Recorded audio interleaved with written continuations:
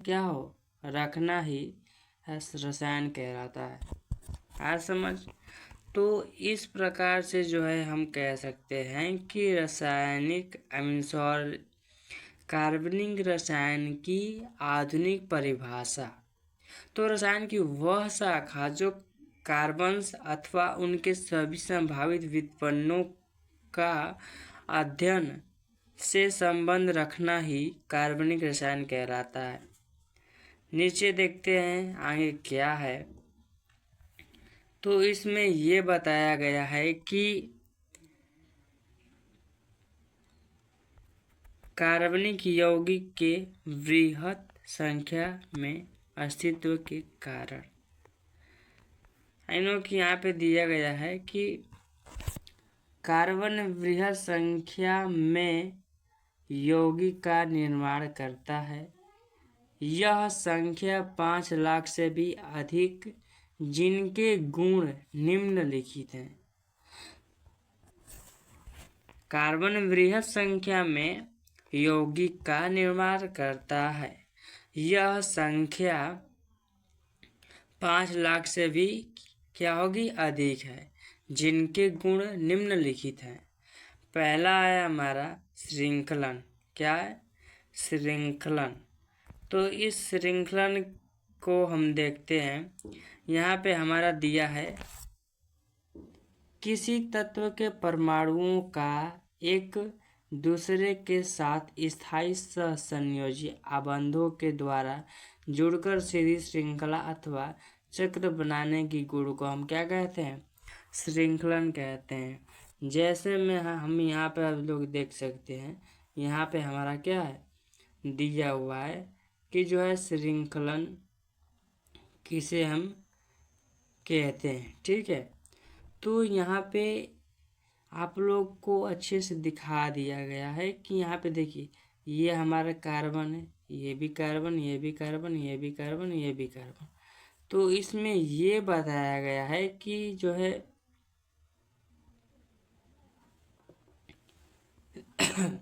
Sorry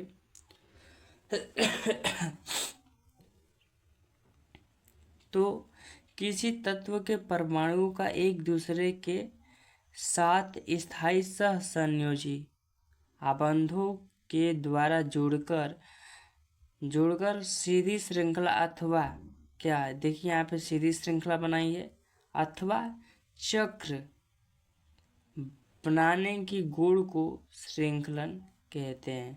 नीचे देखिए श्रृंखलन यहाँ पे दिया गया है, सीधी श्रृंखला ऊपर हुआ और ये हमारा जो है नीचे दिया गया है। ये यहाँ पे पार्श्व श्रृंखला है और ये वाला हमारा चक्रण श्रृंखलन है। ठीक है, तो इस प्रकार से जो है हमारा श्रृंखलन बनता है। आज समझ। नेक्स्ट है हमारा बहु आबंध बनाने की क्षमता क्या होती है। तो बहु आबंध बनाने की क्षमता जो होती है छोटे आकार परमाणु तथा 4 संयोजी इलेक्ट्रॉनों की उपस्थिति के कारण एक कार्बन परमाणु अन्य कार्बन परमाणुओं तथा अन्य परमाणुओं जैसे ऑक्सीजन, नाइट्रोजन इत्यादि के साथ बहु आबंध बना सकते हैं। जैसे में आप लोग देख सकते हैं नीचे दिया गया है कि कैसे बनाया जाता है।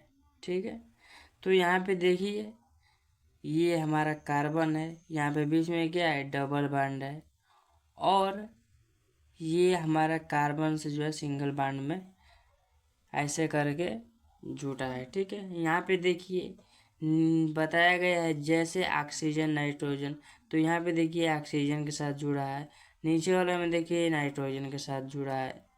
तो इस प्रकार से जो है हमारा जोड़ा हुआ है। ठीक है, तो आप लोग देखिए यहाँ पे हमारा जो है क्या है यहाँ पे कार्बन का जो है हमारा कितने बॉन्ड से पूरा होता है?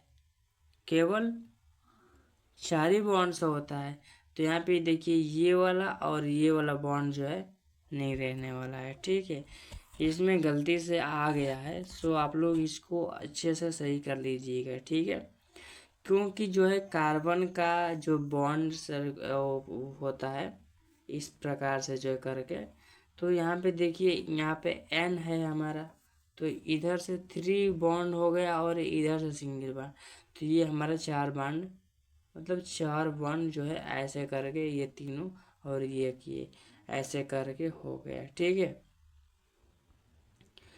तो मुझे आशा है कि आप लोग अच्छे से समझ में आ चुका होगा आप लोगों को, और आप लोग अच्छे से समझ गए होंगे। अगर समझ में नहीं आया होगा तो कृपया करके आप लोग इस वीडियो को पॉज करके थोड़ा सा पीछे कर लीजिएगा, इसके बाद दोबारा इसको देख लीजिएगा, ठीक है। तो चलते हैं हम आगे।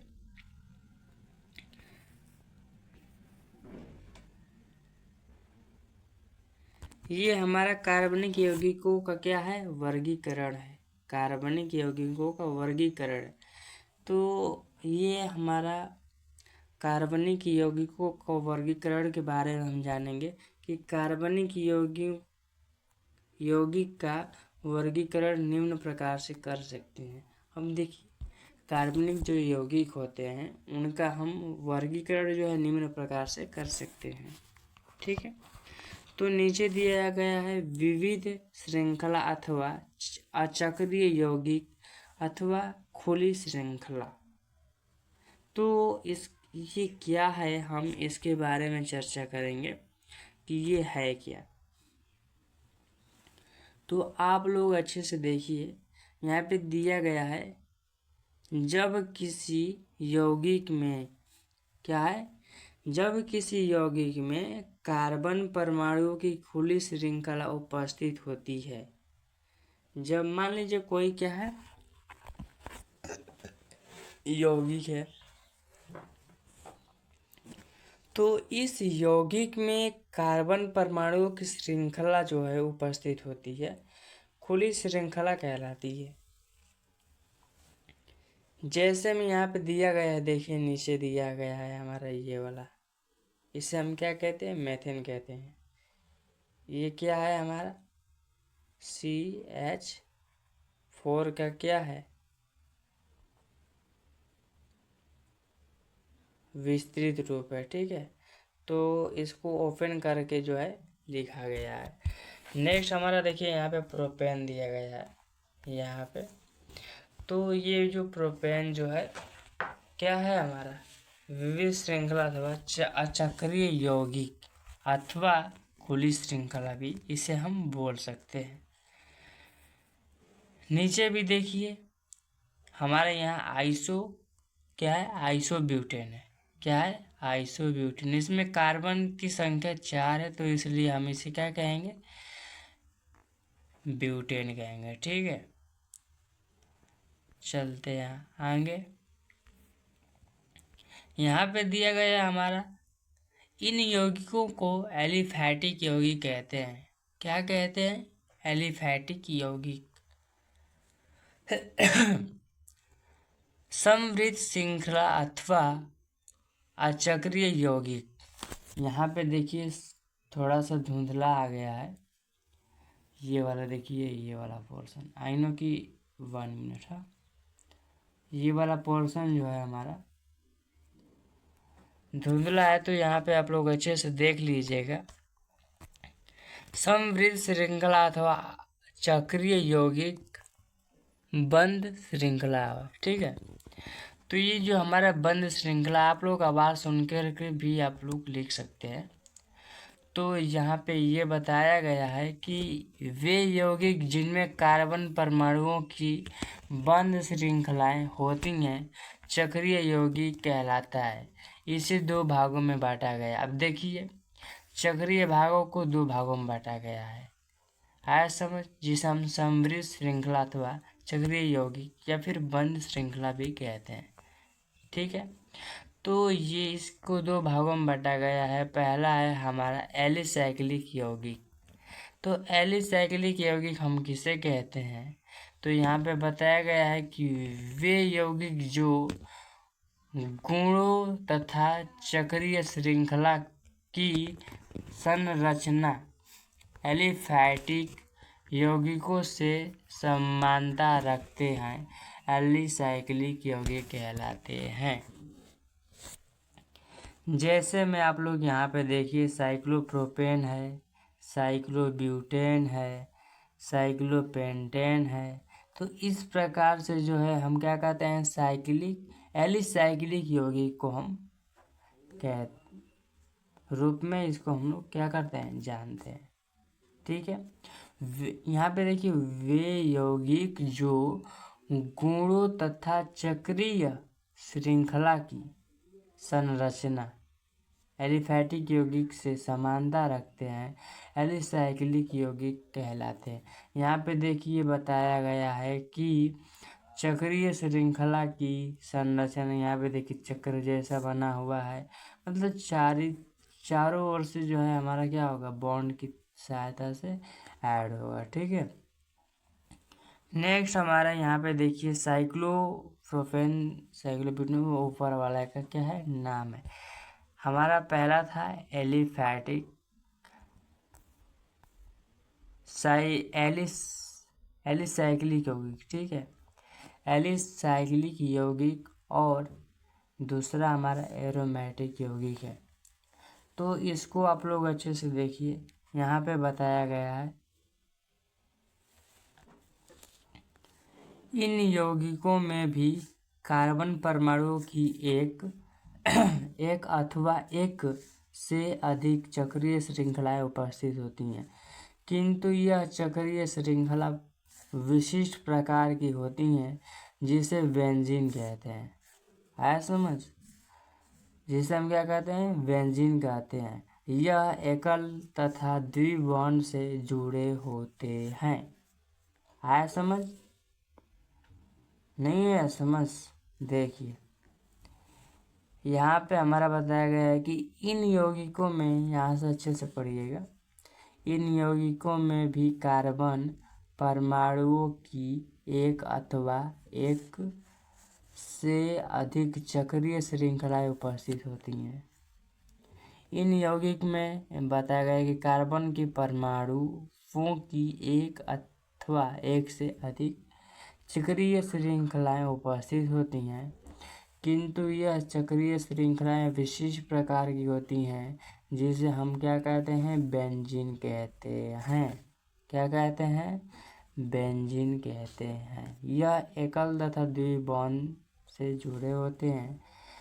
नीचे दिया गया है हमारा एग्जाम्पल, बेंजीन को आप लोग देख सकते हैं, ये हमारा क्या है, बेंजीन है। यहाँ पे कितने कार्बन है, 6 कार्बन है, जो कि इस कार्बन को बैलेंस करने के लिए उसके अनुसार जो है यहाँ पे डबल बॉन्ड और सिंगल बॉन्ड जो है यूज किया गया है। ठीक है, तो यहाँ पे देखिए डबल बॉन्ड और यहाँ पे सिंगल बॉन्ड और यहाँ पे सिंगल बॉन्ड। कार्बन का जो है बॉन्ड बनना चाहिए कितना, 4, तो 4 बॉन्ड बन चुका है। ठीक है, तो इस प्रकार से जो है हमारा बेंजीन बनकर तैयार हुआ एक। और ये हमारा क्या है, टॉल्यूइन या 1 मेथिल बेंजीन का हम कहते हैं। जैसे यहाँ पे देखिए CH3 ये हमारा मेथिल ग्रुप है, तो यहाँ पर आकर के ऐड हुआ है, तो इसे हम टॉल्यूइन नाम देते हैं। क्या देते हैं, टॉल्यूइन नाम। या फिर हम इसको ये भी कह सकते हैं कि 1 मेथिल बेंजीन हो सकता है। ठीक है, क्योंकि जो हम कार्बन की जो काउंटिंग करेंगे तो इस प्रकार से 1 2 3 4 5 6 करके करेंगे। तो ठीक इसी प्रकार जो है हम इसका नाम मतलब होता टॉल्यूइन है, और इसका कार्बनिक रूप से जो हम देखेंगे नाम इसका, तो 1 मेथिल बेंजीन भी लिख सकते हैं। आया समझ। नेक्स्ट हमारा इसमें है, देखिए अब ये देखिए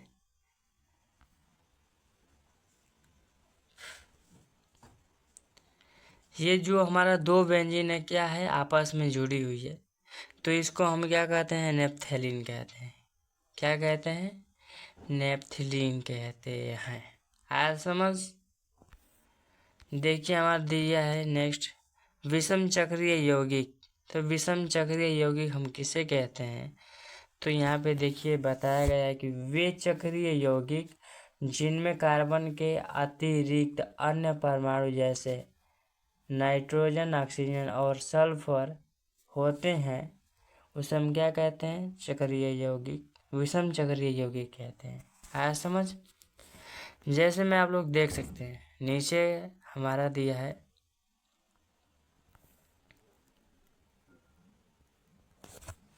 इसे देखिए ये हमारा क्या है? पेरोल है, पेरोल। ये हमारा क्या है? फ्यूरॉन है। और ये हमारा थायरो। इसमें देखिए हमारा नाइट्रोजन और इसमें ऑक्सीजन है और इसमें सल्फर है। स्ट्रक्चर सेम है, बस ये हमारा जो एटम है तो यही केवल क्या हुए हैं? चेंज हुए हैं और इसका नाम भी चेंज हो गया। बाकी स्ट्रक्चर सब सेम ही है, आप लोग अच्छे से देख सकते हैं।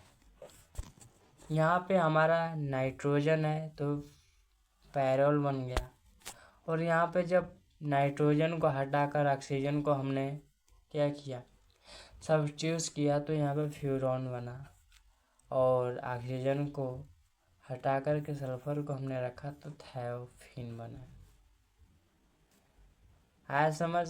नीचे आप लोग देख सकते हैं ये हमारा क्या है? बेंजीन का ही रूप है, केवल एक कार्बन को हटा कर के हमने क्या रखा है? नाइट्रोजन को। तो इसका नाम जो है पीरीडीन बना। क्या बना? पीरीडीन। नेक्स्ट हमारा इसमें दिया गया है कार्बनिक यौगिकों का निरूपण। तो इसमें आप लोग देख सकते हैं पहला है हमारा आणविक सूत्र। आणविक सूत्र किसे कहते हैं आप लोग अच्छे से देखिएगा।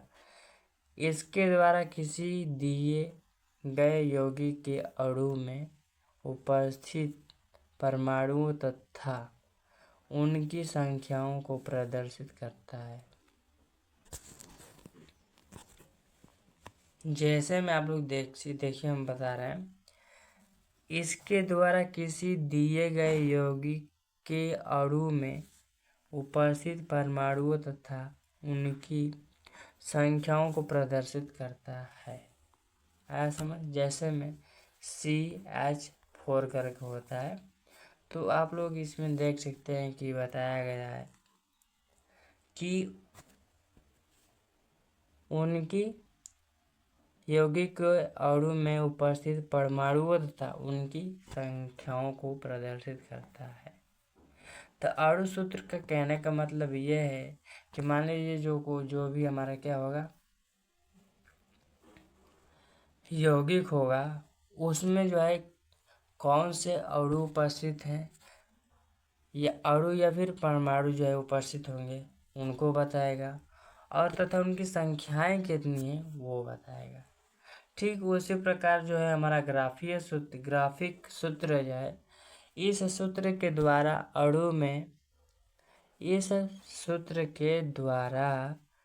अणु में उपस्थित सभी परमाणुओं तथा उनके जोड़ने वाले आबंधों का विस्तृत अध्ययन प्रदान किया जाता है। आया समझ? इस सूत्र के द्वारा अणु में उपस्थित सभी परमाणुओं तथा उनके जोड़ने वाले आबंधों का विस्तृत अध्ययन प्रदर्शन जो है प्रदर्शन किया जाता है। सॉरी, प्रदान हमने बोल रखा था पहले, तो यहाँ पे प्रदर्शन किया जाता है। ठीक है। नेक्स्ट हमारा संरचना सूत्र है। क्या है? संरचना सूत्र। तो इस संरचना सूत्र के बारे में आप लोग देखिए, बहुत ही इंटरेस्टिंग चैप्टर है यार, बहुत ही इंटरेस्टिंग चैप्टर। अगर आप लोग को अच्छे से समझ में आया ना, बहुत एक्साइटेड से आप लोग इसको पढ़ोगे। तो यहाँ पे देखिए संरचना सूत्र है।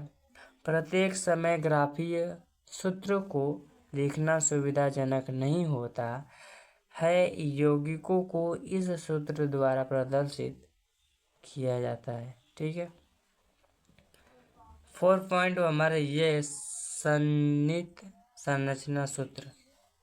तो सन्निहित संरचना सूत्र में इस प्रकार के सूत्र निरूपण में कार्बन जो है सिंगल बॉन्ड करके, कार्बन जो है एकल आबंध तथा कार्बन से सिंगल बॉन्ड करके कार्बन जुड़ा है, आबंधों को नहीं दर्शाया जाता है। इसे द्वि तथा त्रिबंधों द्वारा प्रदर्शित किया जाता है।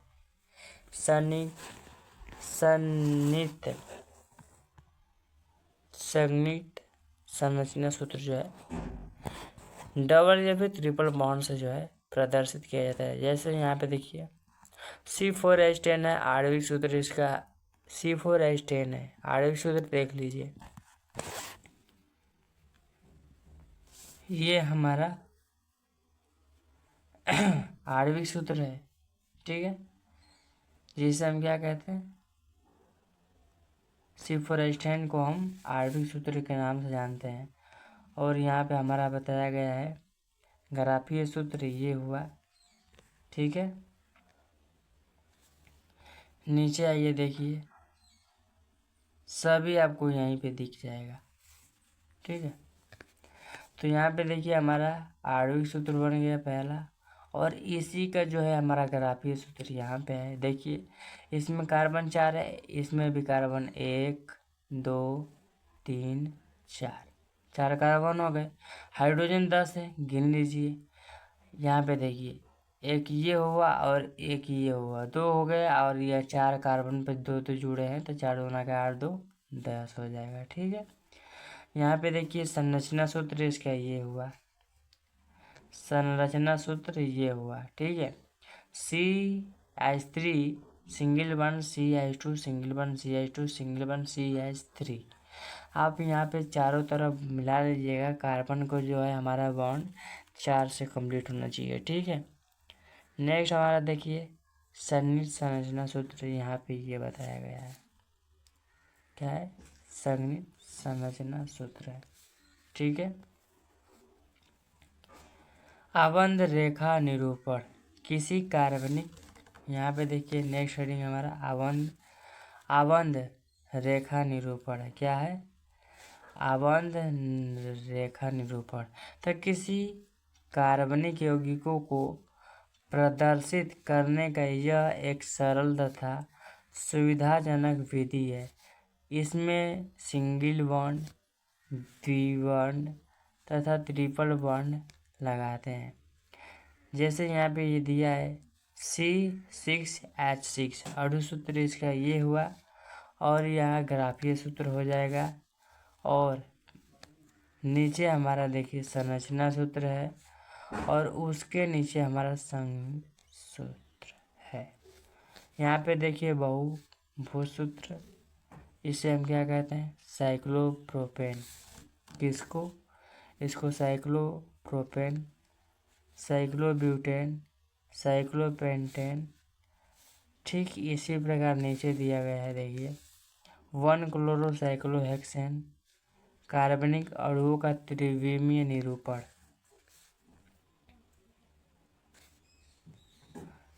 तो यहाँ पे आप लोग देखिए कार्बनिक अणुओं का त्रिविमीय निरूपण जो है, bonding line in the plane of the paper. तो ये हमारा क्या है, कार्बन है।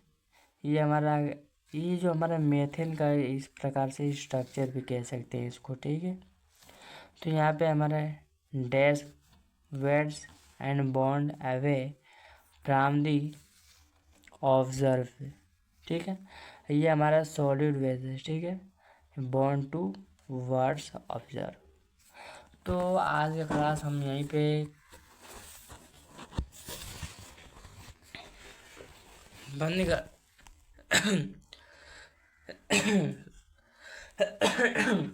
सॉरी। तो आज के क्लास जो है हम यहीं पे समाप्त करते हैं, और हम मिलते हैं नेक्स्ट वीडियो में, next day and next class में। ठीक है, तो ये हमारा क्लास 11th के लिए रहा।